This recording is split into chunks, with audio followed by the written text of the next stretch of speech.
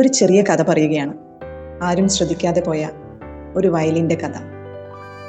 ഒരു ധനികനായ വ്യാപാരി അദ്ദേഹത്തിൻ്റെ ഒരു റിസോർട്ട് വിൽക്കാൻ തീരുമാനിച്ചു.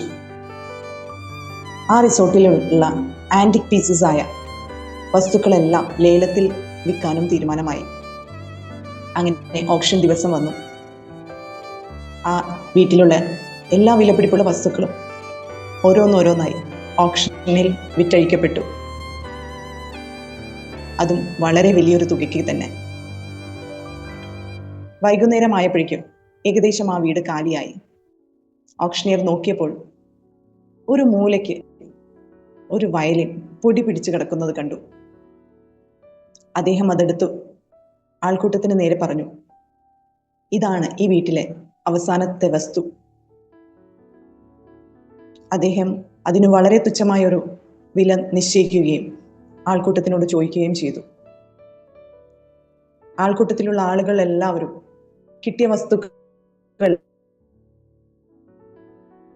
പോവാൻ തയ്യാറെടുക്കുകയായിരുന്നു. വയലിനിൽ ആർക്കും താല്പര്യമുണ്ടായിരുന്നില്ല. ആ സമയത്ത് ആൾക്കൂട്ടത്തിനിടയിൽ നിന്ന് ഒരു വൃദ്ധൻ മുന്നോട്ട് വരികയും ആ വയലിൻ കൈകളിൽ ഏന്തി ഒന്ന് പൊടി തട്ടി കമ്പികളൊക്കെ ഒന്ന് മുറുക്കി ഒന്ന് ട്യൂൺ ചെയ്ത് മധുരമായ സംഗീതം ആലപിക്കാൻ തുടങ്ങി. ഉടൻ തന്നെ ആ ഹാള് നിശ്ചലമായി.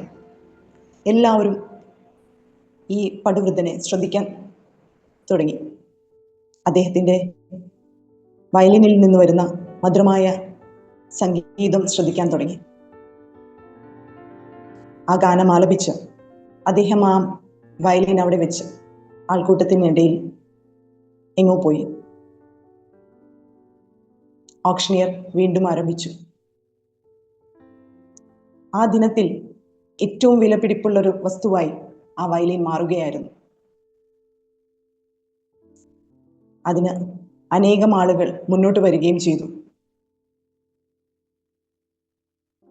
ആർക്കും വേണ്ടാതെ ഒരു കോണിൽ പൊടി പിടിച്ച് നശിഞ്ഞു തുടങ്ങിയിരുന്ന ആ വയലിൻ ആ സദസ്സിലുള്ള ഏവർക്കും പ്രിയപ്പെട്ടതായി മാറി, വിലപിടിപ്പുള്ള വസ്തുവായി മാറി.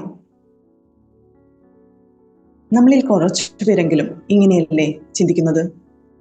ആർക്കും വേണ്ടാതെ ഒരു കോണിൽ പൊടി പിടിച്ച് ജീവിതത്തിന്റെ വില മനസ്സിലാക്കാതെ എന്നെ കൊണ്ടൊന്നിനും കൊള്ളില്ല എന്നും സ്വയം വിധി എഴുതിയ കുറച്ചു പേരെങ്കിലും നമ്മുടെ ഇടയിലുണ്ട്.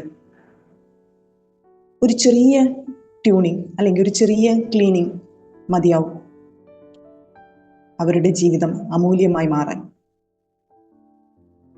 Soulful stories.